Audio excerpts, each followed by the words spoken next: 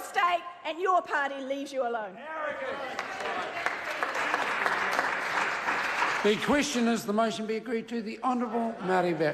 Thank you, Mr Speaker. Moving aside now from the hysterical, shrill nonsense peddled by Winston First and his motley crew, we need to address some of the substance that occurs across this government.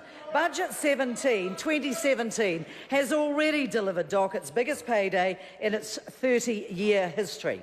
This has been a remarkable year for the Department of Conservation. More conservation work is being done in this country now than at any other time in our history, and DOC is spending more than ever before on natural history and on recreational work.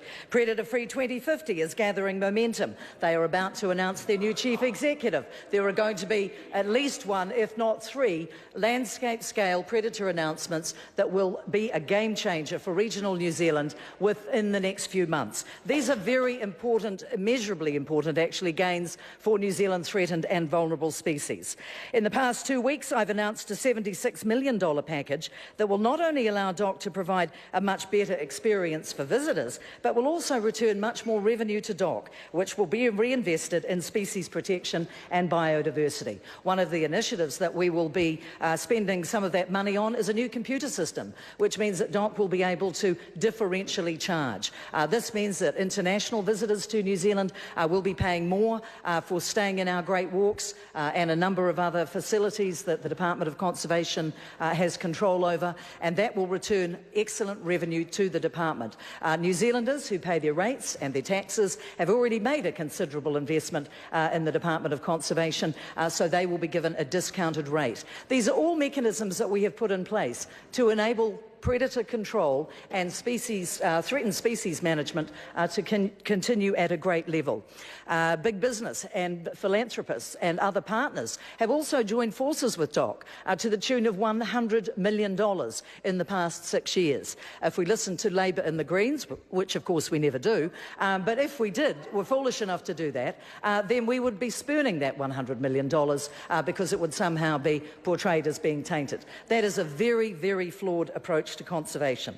So we have coming up 2 more great walks and a new network of day walks and short walks.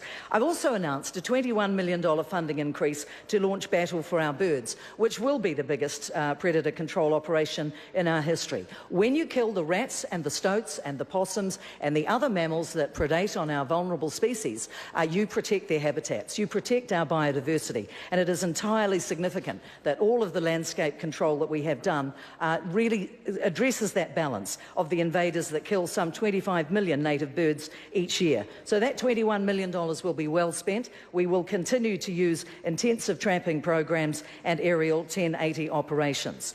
We have also unveiled in the last 2 weeks New Zealand's threatened species strategy. This is the first time in New Zealand's history that we have ever pulled together all of our threatened species in one document. It's a discussion document, and I would urge all interested parties to contribute to that by the cut-off date of the 31st of July. This is in an effort to ensure that all of the predator control that's going on in New Zealand should be focused on the species that really need the assistance and on their habitats. So this strategy has been very welcomed and has landed well. 2 weeks ago I announced a $2.8 million injection into the sea lion threat management. So we are concentrating on our taonga species. A lot has been happening in other parts of my portfolios as well, and along with Simon Bridges, the Honourable Simon Bridges, 2 weeks ago we made a very significant announcement that is going to continue to increase the capacity of our film sector to do a terrific job to attract revenue to New Zealand, to attract big films to be made here, and to make sure that our domestic filmmaking environment, the people who work on the craft end, the film, the camera and so forth, that they will have a true profession. So the $306 million to support the New Zealand screen industry, both globally and domestically, will make a huge difference. $65.94 million remains available to ensure the domestic component of the grant continues. So since 2014, when the grant came in, it's supported around 50 international productions and has also supported 23 New Zealand productions like Goodbye Pork Pie, Chasing Great and and so forth.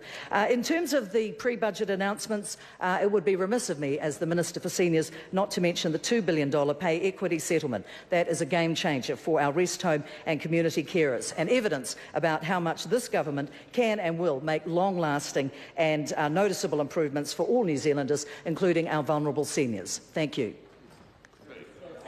Jacinda Ardern. Mr. Speaker, after